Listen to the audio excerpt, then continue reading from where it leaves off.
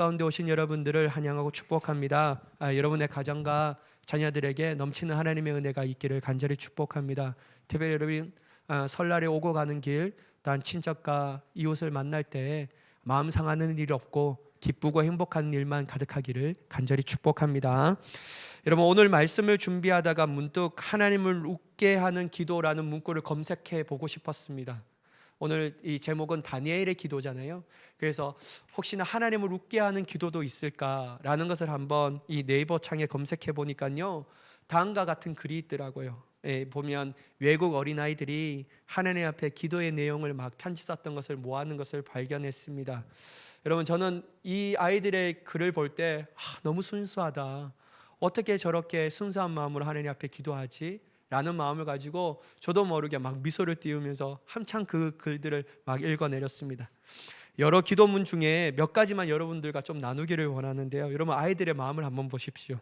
로버트라는 아이의 기도인데요, 하나님, 제 이름은 로버트예요. 남동생이 갖고 싶어요.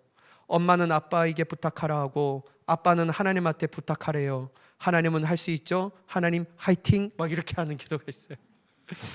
또한 여러분, 데레사라는 아이가 드린 기도인데요, 그 아이의 기도가 어떻게 하냐면요, 사랑하는 하나님, 오른쪽 뺨을 맞으면 왼쪽 뺨을 대라는 건 알겠어요. 그런데 하나님, 여동생이 눈을 찌르면 어떻게 하시겠어요?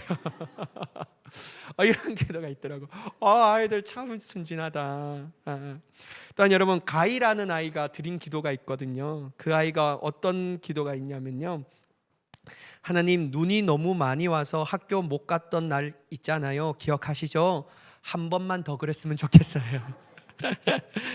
여러분, 아이들이 이렇게 하는 기도의 내용을 보면서 너무 순수하다, 뭐 다른 것도 여러 가지 있습니다. 여러분 한번 찾아보시면 정말 순수한 아이들의 기도의 제목들이, 단 기도의 내용들을 볼 수 있는데, 저는 이 마음을 가지면서 어떻게 하나님 앞에 기도하고 싶냐면요, 하나님, 저에게도 목회 끝날까지 순수한 마음을 잊어버리지 않게 해주세요. 날마다 하나님 앞에 순수한 마음으로 기도할 수 있는 자가 되게 하시고, 순수한 마음으로 목회할 수 있는 귀한 하나님의 종이 되게 해주세요 라고 막 저도 모르게 기도하면서 이 설교를 준비했습니다. 여러분, 오늘 설교는 다니엘의 마지막 시간이거든요. 우리 모두 다 정말 이 다니엘의 기도를 닮아서 정말 하나님과 앞에 열심으로 딴 이 나라와 민족을 위해서 기도할 수 있는 우리가 되기를 간절히 축복합니다.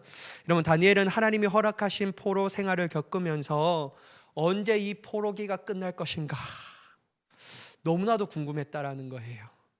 길어도 너무 긴 이 포로 생활 가운데 자기가 사랑하는 고국으로 언제쯤 돌아갈 수 있을 것인가, 이게 너무나 자기 마음 가운데 궁금증으로 막 다가오는 거예요. 이러한 생각과 마음으로 충만할 때 하나님께서는 다니엘에게 이미 오래전에 예레미야를 통해 전하신 말씀을 읽게 하셨습니다. 물론 여러분, 다니엘은 그전부터도 여전히 하나님의 말씀을 쫙 읽고 있었죠. 그리고 그 말씀을 통하여 하나님께서는 종말에 관한 답이 있다라는 것을 예레미야에게 알려주십니다. 그래서 다니엘은 예레미야 말씀을 묵상하는 가운데서 종말에 관한 계시를 받게 되는 것이죠. 바로 포로가 언제 끝날 것인지에 대한 답을 하나님의 말씀에 대해서 찾게 되었다라는 것이죠. 여러분, 2절 말씀인데요, 곧 통치 그 원년에 나 다니엘이 책을 통해 여호와께서 말씀으로 선지자 예레미야에게 알려주신 그 연수를 깨달았나니 곧 예루살렘의 항폐함이 70년 만에 그치리라 하신 것이니라. 여러분, 다니엘은 역사적 대격변기 속에서 총리로서 높은 자리에 올라서 부귀와 영화와 높은 권력을 쥐고 있음에도 불구하고 그가 했던 모습은 뭐냐면요, 여전히 하나님의 말씀을 가까이 했다라는 거예요. 그 말씀을 읽고 있던 하나님의 자녀였다라는 사실을 우리가 볼 수 있다라는 것이죠. 여러분, 다니엘은 나이가 많은 고위 관리였음에도 불구하고 바벨론이 무너지고 메대 바사 제국이 새로운 통치를 펼쳐진 이 바쁜 시기의 가운데도 불구하고 그는 자신의 손에서 하나님의 말씀을 놓지 않은 것을 우리가 볼 수 있습니다. 그래서 그는 그토록 바랐던 자신의 고국으로 돌아갈 시기를, 궁금증을 하나님의 말씀을 통하여 해결했다라는 거예요. 바로 70년이 차면 고국으로 돌아갈 것이다 라는 이 말씀을 예레미야의 말씀을 통하여 하나님께서 그에게 주셨던 말씀이라는 것이죠. 그리고 이 70년이 다 채워지면 고국으로 돌아갈 것인데 도국으로 돌아가는 모든 여정도 하나님의 주권 아래에 이루어질 것이라는 것을 다니엘은 이 말씀을 통하여 깨달았다라는 것입니다. 사랑하는 여러분, 우리가 잘 알고 있는 목사님이 계시는데요. 조나단 에드워즈라는 목사님이 계십니다. 그분이 다음과 같이 말씀하시는데요. 우리는 한 건의 사람이 되어야 한다. 한 건의 사람이 되어야 한다라고 말합니다. 여기서 한 건이라는 것은 바로 성경을 의미하고 있는데요. 다시 말해서 조나단 에드워즈 목사님은 그리스도인들은 성경의 사람이 되어야 한다라고 말하고 있습니다. 이처럼 그리스도인들은 말씀의 사람이 되어야 한다라고 말하고 있는데요. 그러므로 바쁘면 바쁘기 때문에 더 말씀을 읽고 거기서 깨달음이 있어야 한다라는 사실을 우리가 중요하게 여겨야 될 줄 믿습니다. 나이가 들어도 말씀을 묵상해야 하고요. 일상생활이 바빠도 말씀을 가까이 하며 그 말씀의 뜻을 하나님께 깨닫게 해 주기를, 하나님이 친히 하나님의 뜻을 깨닫게 해 주기를 위하여 기도하는 자가 되어야 될 줄 믿습니다. 왜냐하면 우리가 왜 성경의 사람, 이 한 권의 사람이 되어야 하냐면요, 하나님의 말씀은요 하나님의 뜻이 담겨 있기 때문입니다. 하나님의 말씀은 하나님의 기준이 담겨 있다라는 거예요. 인간의 삶의 방향성을 제시해 줍니다. 삶의 존재의 목적을 얘기합니다. 어떤 인생이 가치 있는 것인가에 대해서 하나님은 이 성경을 통하여 우리에게 부단히 말씀하고 있다라는 것이죠. 또한 여러분, 성경 안에서 우리가 해결할 수 없는 문제들의 하나님의 키의 열쇠를 가지고 있다라고 말씀하기도 하신다라는 거예요. 그래서 여러분, 말씀을 가까이 할 때 우리의 삶이 하나님의 뜻과 합해질 수 있고, 말씀을 가까이 할 때 내 기준을 벗어버리고 하나님의 기준을 가질 수 있으며, 말씀을 가까이 할 때 우리의 삶의 방향성대로 나아가는 것이 아니라 하나님이 원하시는 삶의 방향성으로 나아갈 수 있고, 하나님의 말씀을 가까이 할 때 비로소 우리는 가치 있는 인생을 살아가게 되는 줄 믿습니다. 그래서 여러분, 이러한 삶을 산다면요, 그리스도인들은 하나님이 원하시는 참된 행복과 기쁨 그리고 즐거운 삶을 살아가게 되는 줄 믿습니다. 여러분, 신명기 28장 1절과 2절의 말씀을 한번 여러분 제가 봉독하니까 여러분 들어주시기 바랍니다. 내가 내 하나님 여호와의 말씀을 삼가 듣고 내가 오늘 내게 명령하는 그 모든 명령을 지켜 행하면 내 하나님 여호와께서 너를 세계 모든 민족 위에 뛰어나게 하실 것이라. 내가 내 하나님의 여호와의 말씀을 청종하면 이 모든 복이 내게 임하며 내게 이르리니 라고 말씀하시는 거예요. 사랑하는 여러분, 말씀을 읽을 때 비로소 복이 우리에게 가까이 온다라는 거예요.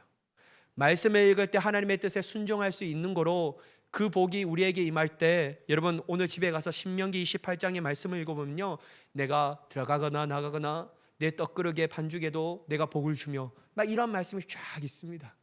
그러니까 여러분, 말씀을 모르면 하나님의 복을 받을 수 없다라는 사실을 우리는 다시 한번 이 말씀을 통하여 깨닫게 되는 줄 믿습니다. 그래서 여러분, 말씀을 가까이 해야 합니다. 그리고 말씀을 가까이 할 뿐만 아니라 더 나아가 말씀 가운데 순종하며 살아가는 자가 되어야 될 줄 믿습니다. 그러면 여러분, 우리의 삶은요 하나님의 복으로 충만한 삶을 살아갈 수 있다는 것이죠. 여러분, 이처럼 말씀을 가까이 하는 사람이 특징이 있는데요, 그것은 뭐냐면요, 내가 말씀을 읽으면 읽을수록 그 말씀을 가지고 기도의 자리에 나아간다는 거예요. 여러분, 말씀을 가까이 하면 가까이일수록 그 읽는 사람이 어떠한 부담감이 있냐면요, 기도하지 않고서는 견딜 수 없다라는 거예요. 기도하지 않고서는 하나님의 뜻을 이뤄갈 수 없다는 것을 더욱더 깨닫기 때문에 그가 나아갈 때 자신의 원함으로 나아가는 것이 아닌 하나님의 말씀에 이끌려 기도의 자리에 나아가 기도하는 사람이 되는 줄 믿습니다. 여러분, 9장 3절과 4절의 말씀을 한번 보도록 하겠습니다. 내가 금식하며 베옷을 입고 죄를 덮어쓰고 주 하나님께 기도하면 간구하기를 결심하고 내 하나님 여호와께 기도하며 자복하여 이르기를, 크시고 두려워할 주 하나님, 주를 사랑하고 주의 계명을 지키는 자를 위하여 언약을 지키시고 그에게 인자를 베푸시는 이시여. 여러분, 한번 보십시오. 다니엘 또한요, 예레미야의 말씀을 읽었기로 그는 하나님 앞에 나아가 기도하지 않을 수가 없었다라는 거예요. 여러분, 3절과 4절 전반부까지 기도에 대한 다니엘의 결심과 태도가 나옵니다. 다니엘은 예루살렘의 항폐함이 70년 만에 그치려라는 말씀을 깨달으니까 깨닫는 것 가지고 주님 앞에 기도할 수밖에 없었다라는 거예요. 다니엘은 하나님의 약속을 따라 하나님의 은혜를 갈망하며 회복을 간구하는 기도를 드리게 됩니다. 그런데 그는 먼저 전형적 회개를 상징하는 모습으로 하나님 앞에 기도하고 있음을 우리가 볼 수 있습니다. 오늘 본문의 말씀을 보면 금식하고 죄를 뒤집어쓰고 베옷을 입었다라고 말씀하고 있다라는 거예요. 그리고 그는 하나님 앞에 먼저 기도할 때 뭐라고 얘기하냐면요, 내 하나님이라고 부르고 있습니다. 내 하나님. 이것은 바로 자신이 하나님의 자녀임을 고백하고 바벨론의 신이 아닌 유일하신 하나님을 향한 자신의 신앙을 드러내고 있다라는 것을 볼 수 있다라는 것이죠. 또 다니엘은 하나님을 크고 두려워할 뿐이라고 고백한 후에 하나님과 백성의 언약을 강조하고 있음을 말하고 있습니다. 언약의 관계가 있다라는 것이죠. 인간을 향해 하나님이 하시는 일은 언약을 지키시고 인자를 베푸시는 것을 다니엘은 하나님이 그렇게 하실 것이라고 확신하며 말씀을 통하여 그 말씀을 가지고 주님 앞에 기도의 자리로 나아갈 수밖에 없음을 우리는 이 말씀을 통하여 깨닫게 됩니다. 그런데 여러분 한번 생각해 보십시오. 이러한 일련의 다니엘의 행동이 정말 쉬운 일일까요? 쉬운 일일까요? 다니엘이 속한 나라를 생각하면요, 결코 쉽지 않은 행동이었습니다. 엄연히 메대와 바사라는 새로운 제국 가운데서도 그는 늘 기도하는 삶을 살았고 말씀을 가지고 더욱더 간절하게 기도하는 모습을 보였다라는 거예요. 이러한 상황과 환경 가운데서 그가 행동한 이 모든 것들은요, 아주 위험한 일들이었다라는 거예요. 바벨론의 고관으로 지내다가 메대와 바사의 총리가 되었기 때문에 여러분 얼마나 메대와 바사의 고관들로부터 견제와 시기를 많이 당했겠습니까? 내가 저 다니엘을 잡아야 되는데 어떻게 잡을 수 있을까? 그러면서 항상 표적이 되었다라는 거예요. 그런데 여러분 그것 가운데서 내 하나님이여 부르짖으면서 자신의 고국으로 돌아갈 것을 어떻게 기도할 수가 있겠냐라는 거예요. 이건 쉽지 않은 일이었다라는 거예요. 만약 여러분 이러한 상황과 환경을 잘 안다면 그가 해야 할 것은 기도는 하긴 하는데 자신의 안위를 위해서 숨어 기도하는 것이 가장 안전하며 가장 인간적인 지혜라고 할 수 있습니다. 그러나 여러분 다니엘은 누가 보든지 안 보든지 매일 정해진 시간에 하나님께 기도하였으며 그가 어려운 상황 가운데서 기도한 것은 그의 손에 항상 하나님의 말씀을 보았기에 또한 놓치지 않았기 때문에 기도할 수밖에 없는 사람이 된 줄 믿습니다. 그런데 여러분 더욱더 기도해야 할 것은 뭐냐면요, 70년이 차면 고국으로 기한된다라고 말하는데 그 기한이 4년밖에 남지 않았어요. 그러니까 여러분 다니엘은 더욱더 힘써 기도할 수밖에 없었다라는 것이죠. 사랑하는 여러분, 기도는요 말씀으로 시작됩니다. 말씀이 기도에 불을 붙입니다. 말씀에 대한 믿음과 그 말씀을 하시는 하나님을 향한 신뢰가 기도를 불러일으키게 한다라는 거예요. 그러므로 말씀을 보는 자는 반드시 기도하는 자가 될 수밖에 없음을 믿으시기 바랍니다. 만약 여러분 말씀을 읽는데 기도를 하지 않는다라는 것은 어떤 것을 고백하냐면요, 내가 말씀으로 내 머리를 채우겠습니다라는 것과 다를 바가 없다라는 거예요. 단지 말씀을 자신의 지식을 쌓는 수단으로 이용하고 있다는 것을 반증하고 있다는 것이죠. 그냥 하나님의 말씀은 문자적으로 배우는 것에 그냥 불과하다라고 얘기한다라는 겁니다. 그러니 여러분 기도까지 이룰 수가 없다라는 것이죠. 내가 하나님에 대해서 많이 배웠어. 창세기는 어떠한 중심과 강점으로 보아야 한다라는 것은 알고 있다라는 거예요. 이런 것을 깨닫는 것은 알 수 있지만 단지 자신의 지식의 체험을 통하여 만족함을 누렸지 실제적으로 말씀 가운데 역사하신 하나님의 은혜를 간구하지 않다라고 말할 수 있다는 것이죠. 그러나 여러분 다니엘은 그 말씀에 대한 믿음 그리고 말씀을 하시고 그 말씀대로 성취하신 하나님에 대한 신뢰가 충만하였기 때문에 그는 그 말씀을 부여잡고 하나님의 역사하시기를 간청하며 나아갈 수밖에 없는 줄 믿습니다. 여러분 우리가 말씀을 안다면요 기도할 수밖에 없는 거예요. 왜냐하면 여러분 단지 말씀은요 문자적으로 그치는 것이 아니기 때문이에요. 구약에서 말씀하신 하나님, 신약에서도 말씀하신 하나님, 그 말씀은 여전히 살아 움직이는 하나님의 위대한 역사인 줄 믿으시기 바랍니다. 그래야 여러분, 우리는 그 말씀을 부여잡고 하나님 앞에 나아가면요, 문자 안에 갇히신 하나님이 아니라 전능하시고 전지하신 하나님의 역사를 오늘 이 시간에 우리의 실제 생활 가운데 그 하나님을 경험하며 나아가게 되는 줄 믿습니다. 그러나 여러분, 기도하지 않고서는 안 되는 거예요. 하나님 말씀 참 위대하시다. 빛이 있으라 하심에 빛이 있어도, 여러분, 그 빛이 있으라고 말씀하시는 말씀의 능력이 우리에게 다가온다면요, 기도하지 않을 수가 없는 거예요. 우리의 입으로 하나님의 빛이 있으라 라고 말씀을 선포하시면 무에서 유를 창조하신 전능하신 하나님의 능력이 오늘 우리의 기도를 통하여 하나님의 역사가 일어나게 되는 줄 믿습니다. 그래서 여러분, 우리는 기도해야 합니다. 말씀을 읽기 때문에 기도하게 되는 줄 믿습니다. 저는 특별히 여러분, 우리가 기도할 때 어떤 것을 더욱더 깨닫게 되냐면요, 우리가 하나님의 자녀라는 정체성이 더욱더 깨닫게 되는 거예요. 여러분, 한번 보십시오. 여러분, 이 다니엘이 내 하나님이여 라고 고백하잖아요. 이건 여러분, 오직 하나님이 우리의 유일하신 아버지시며 오직 하나님이 우리의 유일하신 신이십니다. 이 땅에 어떠한 분도 하나님과 같은 분이 없습니다라는 것을 믿음으로 고백하는 거예요. 내가 하나님의 통치하심을 받는다라는 믿음의 고백입니다. 내가 하나님의 다스림을 받기를 좋아하는 하나님의 자녀입니다라는 것을 다니엘이 고백하고 있는 모습이라는 거예요. 그러나 여러분, 기도할 때마다 내가 어디에 속한 자인가를 분명하게 깨닫게 되는 것이죠. 또한 여러분, 하나님의 놀라우신 능력을 더욱더 소망하게 되는 줄 믿습니다. 여러분, 한번 우리가 다 알잖아요. 기도하면 기도할수록 나의 인간적 소망은 끊어지고 오직 위로부터 오시는 하나님의 소망만이 넘쳐나게 된다. 여러분, 이게 우리의 기도하면 기도할수록 더욱더 느껴지는 것이죠.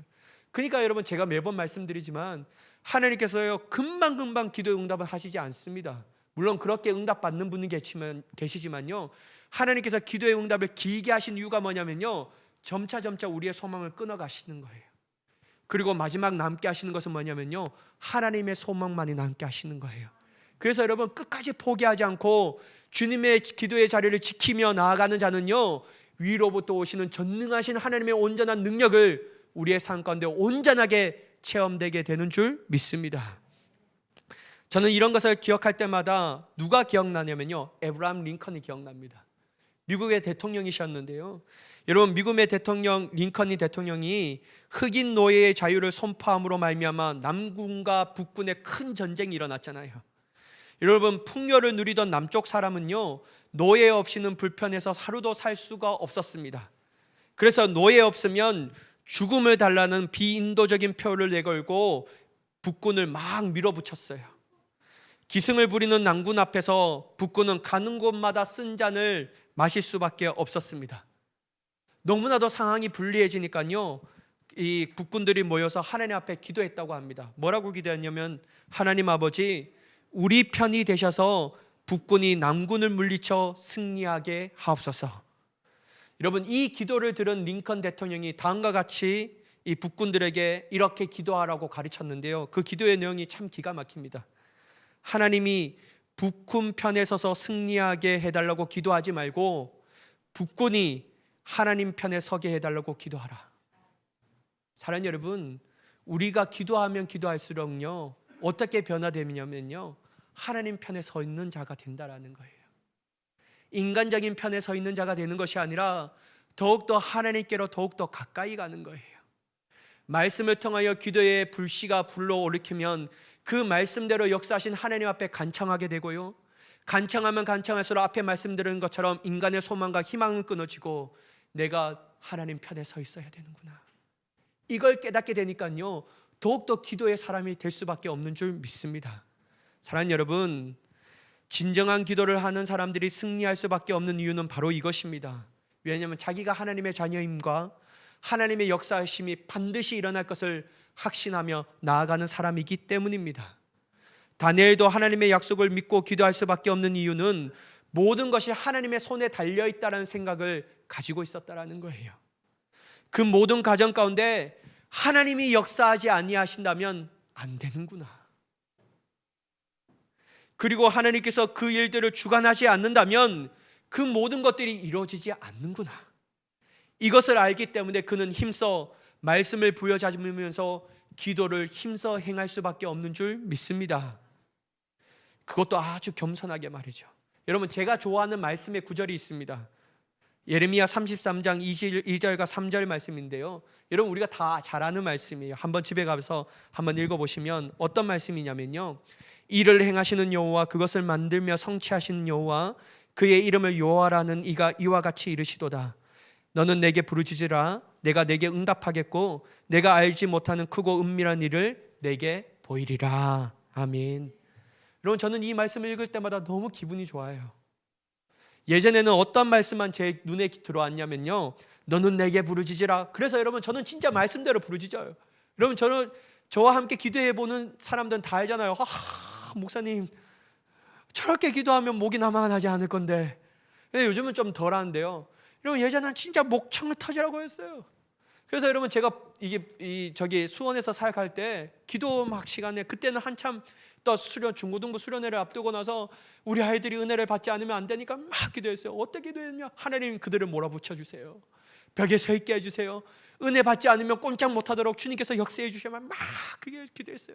근데 여러분, 제가 기도 시간을 다 마치고 담임 목사님 딱 내려오면서 저를 부르더라고. 김현대 전도사 이렇게 와봐. 그러면서 저한테 웃으면서 얘기하는 게 뭐냐면, 하나님은 기가 안 먹으셨다네. 막 그렇게 얘기하는 거예요. 하나님은 기가 안 먹으셨다네. 막 그러면서 그렇게 하신 말씀이 뭐냐면요, 자네 1, 2년 하고 목회를 그만할 건가, 이 목을 아끼라고 막 얘기하더라고요. 근데 여러분, 저는 목을 아낄 수 없는 이유가 뭐냐면요, 3절의 말씀을 보면 너는 내게 부르짖으라 라고 말씀하시니까, 부르짖으면 하나님이 내게 크고 은밀한 일들을 보여주시겠다 말하는데 어찌 내가 잠잠히 기도할 수 있을까 막 하면서 기도해요. 근데 여러분, 이게만은 정답이 아니라 다른 이게 시편의 말씀을 보면 잠잠하고 묵상하라는 말씀도 있어요. 이런 기도의 말씀이 중요한 것이 아니라, 어떤 형태가 중요한 것이 아니라 하나님의 말씀을 붙잡고 기도하는 자가 되어야 한다는 것이 중요한 줄 믿습니다. 근데 여러분, 저는 이 말씀보다 더 중요한 말씀이 바로 2절 말씀이에요. 일을 행하시는 여호와, 그것을 만들며 성취하시는 여호와. 그 하나님이 자기를 이렇게 계시하고 난 후에 예레미야에게 말씀하시는 거예요. 사랑하는 여러분, 일의 시작과 끝은 누구에게 있습니까? 하나님에게 있는 거예요. 그러면요, 기도하지 않고서는 안 되는 겁니다. 일을 시작하시는 분이 하나님이시면요, 그것을 완성케 하시는 분도 하나님이신 거예요. 그래서 여러분, 그 하나님이 우리에게 요구하시는 것이 뭐냐면요, 너는 내게 부르짖으라는 거예요. 하나님을 찾으라는 거예요. 그런 하나님 앞에 엎드려 기도하라는 거예요. 그래야하면 하나님께서 그러한 역사를 우리에게 눈앞에 펼쳐지게 하실 것이라고 말씀하시는 줄 믿습니다. 그래 여러분, 말씀이 우리에게 다가오는데 기도하지 않을 수가 없다라는 것이죠. 사랑하는 여러분, 이번 한 해 가운데 하나님 앞에 말씀에 이끌려 기도할 때 일을 행하시고 그것을 만들며 성취하시는 여호와, 알파와 오메가, 처음과 끝이고 모든 것을 완성하게 하시는 하나님의 놀라운 은혜를 저와 여러분들이 삶 가운데 누리기를 예수님의 이름으로 간절히 축복합니다. 여러분, 4절에서 19절까지 말씀을 보면요, 다니엘이 하나님 앞에 기도 드린 내용이 담겨져 있는데, 그것은 어떠한 기도를 하냐면요, 이스라엘의 공동체의 제약을 위한 기도를 합니다. 그는 제약을 실토하고 모든 재앙의 원인이 범죄임을 인정하고 있습니다.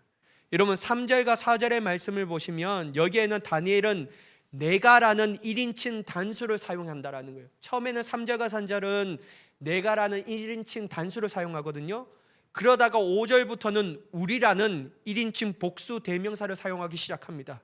이것은 뭐냐면요, 바로 개인의 기도에서 공동체를 위한 회개 기도로 확장되고 있음을 볼 수가 있다는 것이죠. 여러분, 다니엘은 알고 있었어요. 지금 이 민족이, 우리 민족이 이렇게 고통받는 것은 하나님의 큰 재앙, 하나님께서 큰 재앙을 내리시고 저주를 받는 것은 하나님의 원인이 있는 것이 아니라 이스라엘 민족이 하나님의 말씀을 지키지 않고 불순종해서 일어난 것임을 확신하고 있었다는 거예요. 사랑하는 여러분, 한번 여러분, 우리가 이 말씀을 떠나서 인간적으로 한번 생각해 보십시다. 다니엘이 이러한 기도를 할 필요가 있었겠습니까? 제가 만약에 다니엘이라면요, 이러한 기도 할 필요가 없었다라는 거예요. 자신의 죄도 아니잖아요, 여러분. 자기가 지은 죄가 아니잖아요. 자기가 잘못해서 이 민족이 이런 고통을 받는 것이 아니잖아요. 자기들의 조상이 이러한 악한 죄를 저질렀기 때문에 이렇게 되었는데, 도리어 여러분 인간적으로 생각하면요, 자신이 피해자인 거예요. 우리의 조상들이 제대로 했다라면, 우리의 어른들이 그렇게 제대로 했다라면 우리의 이 자손들이 이렇게 큰 피해를 받을 수 있을까? 이러면 도리어 자신이 피해자라고 생각하지 않을 수가 있겠냐라는 거예요. 그러므로 여러분, 민족을 위해서 이렇게 비참한 모습으로 하나님 앞에 기도할 필요가 없었다라는 겁니다. 또한 여러분, 인간적으로 다니엘은 아주 그 시대 가운데 잘 나가는 사람이었어요. 그가 뭐가 부족해서, 뭐가 그렇게 아니하여서 하나님 앞에 이러한 낮고 천한 모습으로 기도해야만 했겠습니까? 그런데 여러분, 다니엘은 마치 자신이 지은 죄처럼 여기고 하나님 앞에 엎드려 자복하고 통회하고 회개하고 있습니다. 간절한 마음으로 주님 앞에 용서를 구하고 있습니다. 그리고 주님 자신을 위하여 이 모든 것을 들어달라고 간청하게 하나님 앞에 매달리고 있다는 거예요. 여러분, 위대한 신학자인 우리가 잘 알고 있는 사람인데요, 유진 피터슨이라는 이 교수님이 다음과 같이 말씀하십니다. 성숙은 책임을 사적 영역에서 공적 영역으로 확장하는 것이다. 여러분, 그리스도인의 성숙은요, 사적 영역에서 머무르는 것이 아니라 공적 영역으로 확장되는 것을 성숙이라고 얘기하고 있습니다. 처음에 성도는 자신의 개인적 기도를 할 수 있습니다. 하지만 여러분, 성도의 신앙이 성숙해지면 성숙해질수록 그 기도의 지경은 넓어져 간다라는 거예요. 마치 사적 영역에서 공적 영역으로 넘어가는 것처럼 말입니다. 그러므로 우리 또한 이러한 성숙한 성도로서 성숙한 기도까지 나아가는 우리 모두가 되기를 간절히 축복합니다. 나 자신을 위한 기도, 우리의 가정과 자녀들만을 위한 기도, 내 자신의 기업을 위한 기도에서 멈추는 것이 아니라 우리 교회와 나라와 민족과 또한 온 세계와 열방을 품고 나아갈 수 있는 우리 모두가 되기를 예수님의 이름으로 간절히 축복합니다. 여러분, 저는 장로교에서 파송한 한국 최초의 복음 선교사님이신 언더우드 선교사님의 기도문을 함께 좀 나누려고 합니다. 여러분, 많이 들어봤을 것입니다. 이 언더우드 선교사님이, 이 감리교 선교사님은 아펜젤러 선교사님인데요, 최초의 복음 선교사님이세요. 그 전에 선교사님이 다 들어왔는데 그분들은 교육, 의료 이런 것들을, 사회적 일들을 위해서 들어왔던 선교사님이고요. 오로지 순수 복음만을 들어왔던 선교사님이 두 분이 계시는데 바로 아펜젤러라는 감리교 목사님이셨고 언더우드라는 장로교 목사님이셨습니다. 특별히 여러분, 언더우드 선교사님이 이 기도를 하는데요, 제목이 뭐냐면 배지 않는 조선의 마음이었습니다. 여러분 한번 들어보십시오. 주여, 지금은 아무것도 보이지 않습니다. 주님, 메마르고 가난한 땅, 나무 한 그루 시원하게 자라오르지 못하고 있는 땅에 저희들은 옮겨와 앉았습니다. 그 넓고 넓은 태평양을 어떻게 건너왔는지 그 사실이 기적입니다. 주님께서 붙잡아 뚝 떨어뜨려 놓으신 듯한 이곳, 지금은 아무것도 보이지 않습니다. 보이는 것은 고집스럽게 얼룩진 어둠뿐입니다. 어둠과 가난과 인습에 묶여있는 조선 사람뿐입니다. 그들은 왜 묶여있는지도 고통이라는 것도 모르고 있습니다. 고통을 고통인 줄 모르고 있는 자에게 고통을 벗겨주겠다고 하면 의심부터 하고 화부터 냅니다. 조선 남자들의 속셈이 보이지를 않습니다. 이 나라의 조정의 내심도 보이질 않습니다. 가마를 타고 다니는 여자들을 영영 볼 기회가 없으면 어쩌나 합니다. 조선의 마음이 보이질 않습니다. 그리고 저희가 해야 할 일이 보이지 않습니다. 그러나 주님, 순종하겠습니다. 겸손하게 순종할 때 주께서 일을 시작하시고 그 하시는 일을 우리들의 영적인 눈이 볼 수 있는 날이 있을 줄 믿습니다. 믿음은 바라는 것들의 실상이요 보이지 않는 것들의 증거니 라고 하신 말씀을 따라 조선의 믿음의 앞날을 볼 수 있게 될 것을 믿습니다. 지금은 우리가 항무지 위에 맨손으로 서 있는 것 같사오나 지금 우리가 서양 귀신 양기자라고 손가락질을 받고 있사오나 저희들이 우리의 영혼과 하나인 것을 깨닫고 하나님 하늘나라의 한 백성 한 자녀임을 알고 눈물로 기뻐할 날이 있음을 믿나이다. 지금은 예배드릴 예배당도 없고 학교도 없고 그저 경계와 의심과 멸시와 천대와 가득한 곳이지만 이곳이 머지않아 은총의 땅이 되리라는 것을 믿습니다. 주여, 오직 제 믿음을 붙잡아 주소서. 사랑하는 여러분, 저는 이 기도의 말씀을 읽고 나서 내 마음과 제 마음 가운데 소망이 생기는 거예요. 온도드 목사님이 처음 뵀던 조상의 나라는 땅은 희망과 소망을 찾아볼 수 없는 땅이었어요. 지금 이렇게 여러분, 온도드 목사님이 지금 하나님 나라에서 이 대한민국을 보면 얼마나 기뻐하겠어요. 여러분, 세계 10대 교회 안에 있는 절반의 교회가 한국 교회입니다. 여러분, 한국 교회 평양대붕이라는 놀라운 역사가 일어났고요, 정말 교회가, 수많은 교회가 이 땅 가운데 세워져 있습니다. 너무 많은 교회가 서서요, 사람들이, 믿지 않는 사람이 싫어할 정도로 교회가 참 많다라는 거예요. 여러분, 이러한 위대한 민족과 위대한 역사가 일으키는 이 땅이, 온도드 목사님이 처음 봤던 이 조선 땅이 그러한 역사가 이루어질 거라고 처음에 느껴졌냐라는 거예요. 근데 여러분, 처음에는 실망과 아픔과 고통이 느껴졌지만 그분의 이러한 기도를 통하여 발견했던 제 희망의 소망이 뭐냐면요, 하나님이 하시면 되는구나. 하나님이 하시면 되는구나. 지금 비록 내 눈에는 아무것도 보이지 않지만 하나님의 믿음의 눈으로 보면 믿음은 바라는 것들의 실상이요 보이지 않는 것들의 증거라고 말씀하셨으니 하나님은 반드시 하나님의 뜻을 이루게 하시는구나. 사랑하는 여러분, 특별히 저는 여러분들에게 간절하게 부탁드립니다. 여러분, 우리 교회를 위해서 간절하게 기도해 주십시오. 시간이 날 때마다 더욱더 기도해 주시기를 간절히 요청드립니다.